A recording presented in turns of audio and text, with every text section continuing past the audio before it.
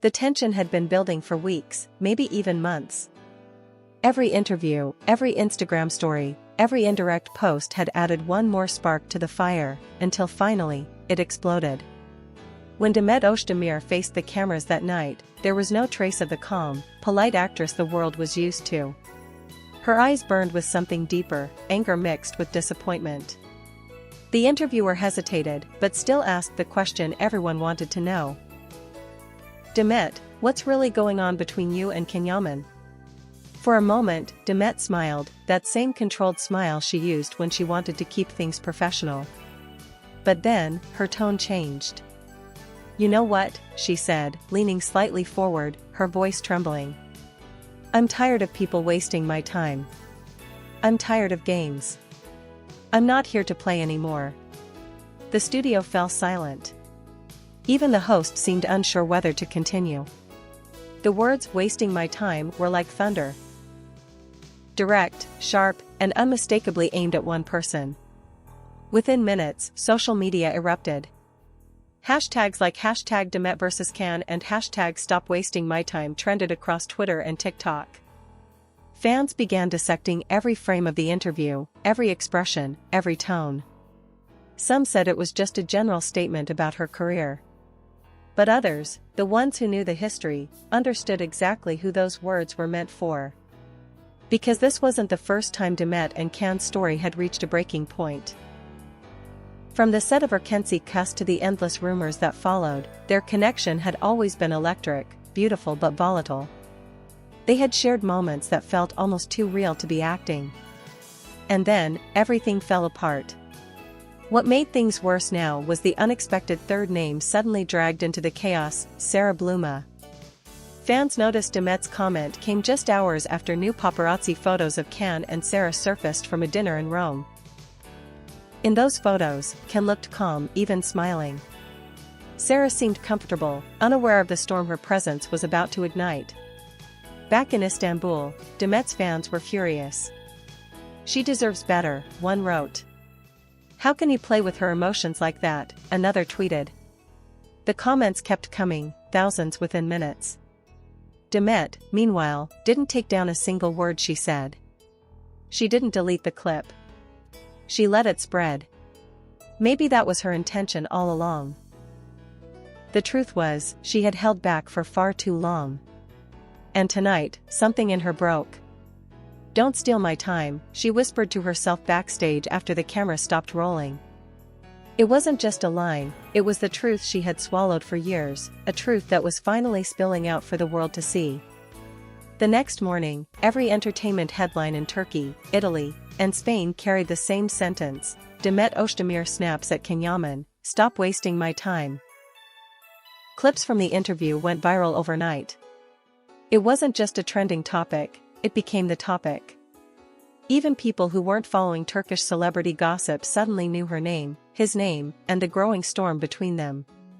News anchors replayed the clip with slow-motion edits, lip readers tried to interpret what Demet murmured under her breath, and fans started connecting dots that had been quietly forming for months. But what shocked everyone most wasn't Demet's tone. It was her eyes. They weren't angry for the sake of drama. They were hurt. Deeply. It was the look of someone who had trusted, waited, and hoped too long. People who had followed her career since Erkenci Kuss noticed the same sadness she once carried when that show ended, the same expression she had whenever she spoke about someone who taught me a lot, but also broke me. Meanwhile, Can Yaman was in Rome, completely unaware of the storm brewing online. He was filming a new campaign when his phone began to buzz non-stop. His manager handed it to him with a worried look. "You might want to see this," he said. Can stared at the screen, the headline, the clip, the millions of comments. He didn't even blink for a few seconds. Then, without saying a word, he turned off the phone and walked away. Sara Bluma, however, wasn't so lucky. Her name was suddenly everywhere, dragged into a story she never asked to be part of. On Instagram, people started flooding her photos with comments: "Are you the reason? You came between them? Leave him alone." Her team had to disable the comments section within hours. In a short story she posted later that day, Sara wrote, "Please stop spreading hate. None of you know the truth." But by then, the damage was already done. Behind the scenes, Can's PR team urged him to respond. "You need to say something, or this will destroy your image," one of them insisted. But Can didn't want to post a cold, formal statement. He wanted to talk to Demet directly, just like the old days. That night, he tried calling her. Once. Twice. 3 times. No answer. Finally, he sent a short message, "Demet, I never meant to hurt you. Can we talk?" No reply. Instead, hours later, Demet posted a story with a single line written in white on a black background, "Some calls come too late." That one sentence hit harder than any interview. Fans went wild again. It was clear that the tension between them wasn't about the past anymore. Something had recently happened. Something that broke the fragile peace they had built after years apart. As the world kept guessing, Demet went silent. No more interviews, no more posts. Just silence. But behind that silence, she was preparing for something, a truth she had kept hidden for far too long, a truth that could change everything people thought they knew about her and Can. By the 3rd day, things had reached a boiling point. Turkish and Italian tabloids were publishing conflicting stories, some claiming that Demet's outburst was a publicity stunt, others insisting it was a genuine heartbreak. But what no one could deny was the raw emotion behind her words. This wasn't a script. This wasn't a movie. It was real. A leaked backstage video from the interview only made things worse. In the clip, Demet could be seen removing her microphone, shaking her head, and saying softly to a crew member, "He thinks he can just come and go as he pleases, but not anymore." The tone was quiet, but it carried the weight of years. It spread like wildfire. Fans felt like they were witnessing the collapse of something that once seemed unbreakable. Meanwhile, Can was finally forced to face the media. He was leaving a studio in Rome when a reporter shouted, "Can, is it true what Demet said? Are you wasting her time?" Cameras flashed, microphones pushed forward. Can stopped for a moment, his jaw tightening. "You people don't understand anything," he said firmly, his voice low but sharp. "Not everything you read online is the truth." And then he walked away. But that brief comment, defensive, emotional, only fueled the chaos. Sara Bluma, once a rising name in European fashion, was now being treated like the villain of a love story she didn't write. Her management released a short statement, "Sara has no involvement in the personal matters of others. She respects everyone involved and asks for privacy." But the public wasn't ready to let it go. They wanted answers. They wanted drama. Back in Istanbul, Demet stayed home for days, ignoring calls from producers and journalists.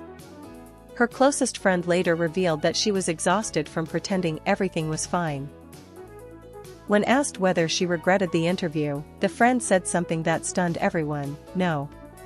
She told me, I said what needed to be said. He knows what he did." Those 7 words, "he knows what he did," became the new storm online. Fans started revisiting old interviews, old behind-the-scenes clips, even award show footage, searching for signs of tension or unfinished business between the two. In one video from years ago, Can could be seen watching Demet on stage, clapping but with a strange, almost regretful expression. That clip resurfaced everywhere. What few people knew was that before the interview, Demet and Can had actually met, privately, for the first time in months. It happened at a quiet restaurant on the Bosphorus. They talked for over an hour. Witnesses said they didn't argue, but the conversation seemed intense. Can had leaned forward several times, while Demet looked away, blinking fast as if fighting tears. No one knew what was said, but the next day, Demet gave the interview that shook the internet. It all made sense now. That meeting must have been the breaking point. She had reached her limit. And when the cameras rolled, she no longer had the strength to hold back. But what neither of them expected was how the entire situation would spiral out of control. leading to the moment that would change everything, an unexpected appearance by Sara Bluma that would drag this story to a place neither Can nor Demet ever imagined. 2 nights later, the city of Rome was buzzing again. A luxury brand was hosting a charity gala, the kind of event where everyone looked perfect, but every glance carried a hidden story. Can Yaman was on the guest list, as was Sara Bluma. The press had already gathered outside hours before the event began, desperate for a glimpse of them together after the scandal that had engulfed social media. Inside the venue, everything gleamed: champagne glasses, silver lights, whispers. But the atmosphere shifted the moment Can entered. Cameras flashed like lightning. He greeted people politely, smiled for a few photos, but anyone who knew him could tell he wasn't himself. His eyes kept scanning the room, as if looking for something. Or someone that wasn't there. And then, she appeared. Sara Bluma, radiant in a simple white dress that made her seem both innocent and unreachable. The crowd turned instantly. The photographers lost control. In seconds, her image was all over the internet again. But what no one noticed at first was the expression on her face: anxious, uncertain, almost regretful. During the event, a journalist managed to ask her about the situation. "Sara," he said carefully, "people say you're the reason for the tension between Can and Demet. What's your answer to that?" For a moment, Sara hesitated.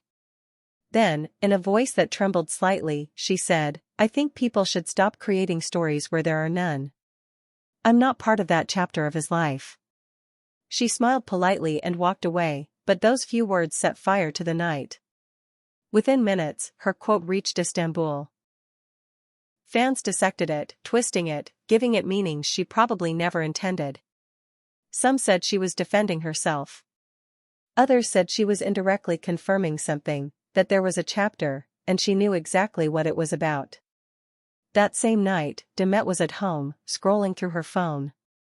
When she saw Sara's comment, she didn't react immediately. She just stared at the screen for a long time. Then she locked her phone and whispered to herself, "You can close a chapter. But it doesn't mean the story's over." Her friends later said she went quiet for hours, lost in thought. One of them recalled, "She wasn't angry anymore, she just looked done. Like she finally realized some things don't need closure. They just need distance." But the world didn't want distance. The internet demanded confrontation, and it was about to get one. Because just 3 days later, fate, or maybe irony, brought all 3 of them together in the same city.